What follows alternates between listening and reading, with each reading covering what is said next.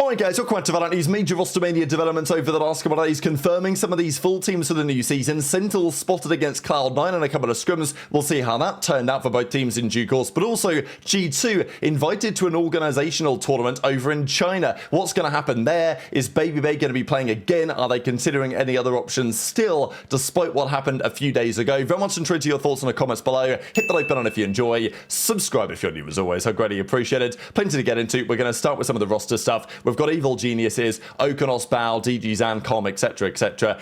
They're coming in, so no massive surprises there. We also saw Leviathan as well. We've known their team for a little bit of time, but they've already confirmed a load of their players. Their scrims over the last couple of days have looked pretty solid as well. We have Lysor joining XLG for the upcoming season, so some changes going on in China. We'll certainly get back to what's happening in China in the coming minutes when it comes to what G2 are going to be up to over the coming days. We've got Pacific Esports as well. So it's been a very interesting few weeks in Europe, in the European region. We had Pacific BBL or BBL Pacific and ULF Esports. They both qualified for the league, both effectively with Turkish teams. But then BBL Esports decided that they were going to poach the entire BBL Pacific team and just leave it as Pacific Esports. They need to form their own roster. They've been trialing a number of players over the last few days. These are some of those players. Zyvov, Magnum are kind of the odd men out in the sense that pretty much all of these guys are Turkish. That is no surprise. They will form a Turkish team, Turkish organization. There's another couple of players that have been trialing as well. Maybe they could get involved in the ULF team also. So yeah, there are going to be a lot of Turkish players in Europe next year, even more than normal. And there's been plenty over the last couple of years. The same we think is true for Na'Vi as well, with a couple of the guys that they're potentially rounding out their roster with as well. But they've not confirmed what Na'Vi's full team is going to be yet. They did confirm Vitality, what their roster's going to be over the last couple of days. So Yampi, Profeg, of course, we know that Durka Chronicle are there as well. And they round out their team with confirmation of Sayonara. So they do this nice little post last night, and Sayonara officially as the fifth man. But I'm still a little confused because Sayonara, he's not 18 yet. He's only 18 in March, I believe. So I don't know. Can he play? Are they allowing him to play anyway? Maybe it's fine now. I'm a little confused because yeah, he's here. He will be in the team in due course. That is certainly the plan. But I don't know, I thought they might have to do something else. And we did see in their scrims the other day they were getting slammed. So maybe not in all the scrims, but we saw a couple of Scrimbux where things weren't looking so good. But anyway, that's what Vitality are cooking up for the upcoming season. That's now been confirmed. Of course, alongside that, they confirm their roster as well. They've got Palin, they've got Scut. Of course, notably Scut was with the Fnatic boys not that long ago. But of course, Vitality came with a couple of offers for Scut and for Chronicle that they found rather challenging to refuse. Another roster update which is pretty interesting is this. So 2G, they're back, and you know what, fair play to 2G coming back again, because lots of organizations in tier 2, and look, if I was an organization in tier 2, would I be sticking it out for another year?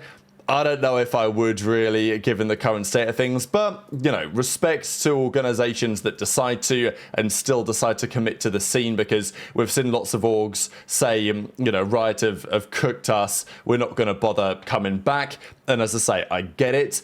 But equally, 2G, they did a good job. They made it into the league. They got slammed last year, back down to challenges. So, you know, they'll try and get through Ascension again.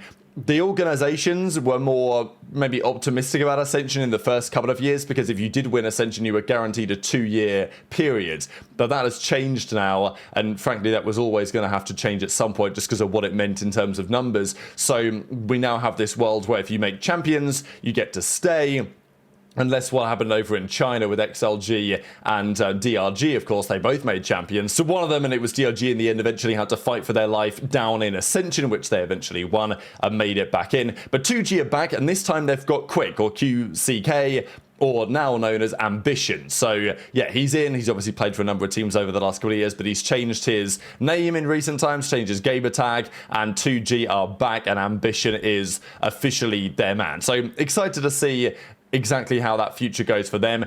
The other development was on 100 Thieves. So they took the victory at the tournament. We saw them play a number of teams over the last couple of days. They took down Kraken Seas. I feel a little bit bad, although I still think it was quite funny. So you guys, I mean, this is a little bit of Inception going on here. But the other day, poor Monkey Businessman, I did roast him a little bit. He actually had a good series, but he played 100 Thieves, and I was like, damn, 100 Thieves are playing teams that are like bottom of the barrel because there's this geezer called Monkey Business. Just because it was a funny name, I'm sure he's a perfectly good player, and he had a pretty good series as well, but I thought it was pretty funny that he tweeted this out. So yeah, wishing Monkey Business the best in his future endeavors, and hope his career continues to go swimmingly. And yeah, we have 100 Thieves. Well, I'll just look at the former matches that they played. They took down all of these teams pretty much, and they won the tournament in the end. They took down Monkey Business there in the round of 16. Then they went through a number of other teams. The team name roster, that was Jerwin, Flyer, Moose, Son of Car. So actually some notable teams that 100 Thieves eventually beat. It was in this series where they took them down.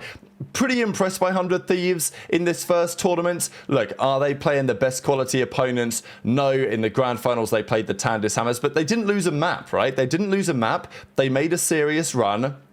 And Vora and Timotino have impressed me massively so far. I think Vora especially in terms of decision making as the in-game leader, and also just like fragging power as well. Very impressive. Bang's always going to do his thing. Cryo, we know how good he is. Asno, of course, some questions on the fact that he's there again. But Vora and Timotino have clearly brought a lot to this team so far. And yes, their rivals have not been the strongest, but they didn't lose a map, which is still pretty impressive in a tournament like this. So they get the job done. They win 650 big ones. And I wish we saw more of the other teams play tournaments like this, because I think it's a great idea. 100 Thieves to enter these tournaments, get some decent practice in, and, you know, obviously you're trying to win. There's pressure on to win, otherwise you get roasted. So I think it's a good idea to play these tournaments. Hopefully more other teams do similarly in the future.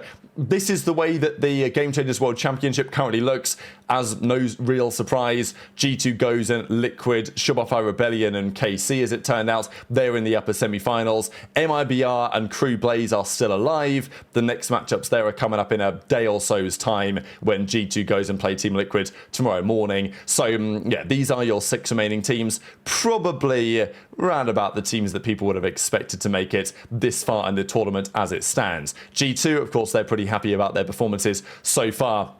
But let's talk about G2 and what's going on with their other team, because over the next couple of days, things are getting pretty interesting. We had the Red Bull Homegrounds that happened recently. G2 ended up getting the job done there with Smeeg 2, right? So Baby Bay was back. They've got rid of Jonah P. Some questions where Jonah P's going to go, if anywhere. Like, where's he going to get a spot for next season? That is still very much up in the air at the moment. But what we do know is that Baby Bay was in. They initially said he's in for good. Then they said, well, maybe we're not so sure about that. So Sentinels have a tournament coming up. Who's going to play in it? We've not yet seen this confirmed.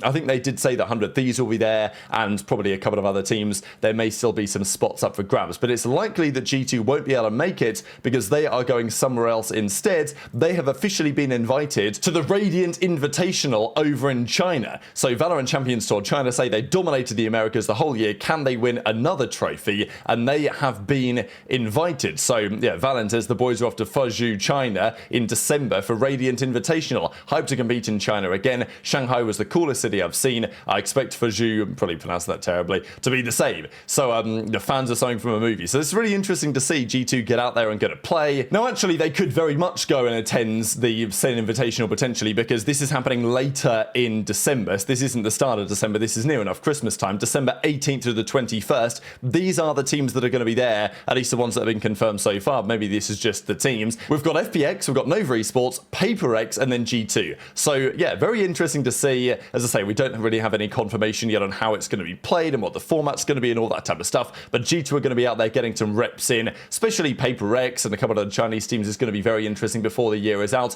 but also very interesting to find out who they're going to play with, right? Because this tweet still lives pretty rent-free in my head when they initially tweeted, Smeeg 2 is here to stay, introducing our Sentinel, starting player, it's Baby Bay. Then they said, well, we're going to edit that tweet, and it's no longer so clear whether that will still be the case or not. So, yeah, I'm still not sure. After winning this tournament, though, for the Red Bull home grounds, it would be expected that they weren't going to do anything, right? They would presumably keep their roster the same going into the entire season, minus Jonah P plus Baby Bay, with Leaf still there. Yeah, all very interesting, but we're going to find out properly, presumably, at the, the Radiant Invitational, whether they've got any other ideas, whether they're trialing any other players, or they believe this indeed is the way to go, guaranteed for the upcoming season. Speaking of China, T1 were playing EDG. That was a 7-6. Not too much to say about that one. We did, though, also have C9 play Sentinels. So C9, their scrims for some time were looking pretty rough. Then they were getting a little bit better.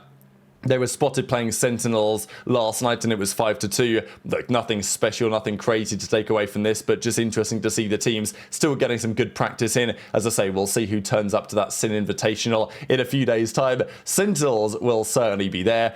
NRG were also playing against Alvin Boy, and they were down 7-2. This is like Mitch and Jake's team, so pretty interesting what they're cooking up. Again, it's relatively early in that scrum, but it was 2-7 in the favour of Mitch, and of course he'll be looking for a bit of revenge this season after what happened with Cloud9 in the off-season. But very much enjoyed your thoughts on all of this stuff in the comments below. Hit the like button if you enjoyed, subscribe if you're new, take care, and I'll see you next time.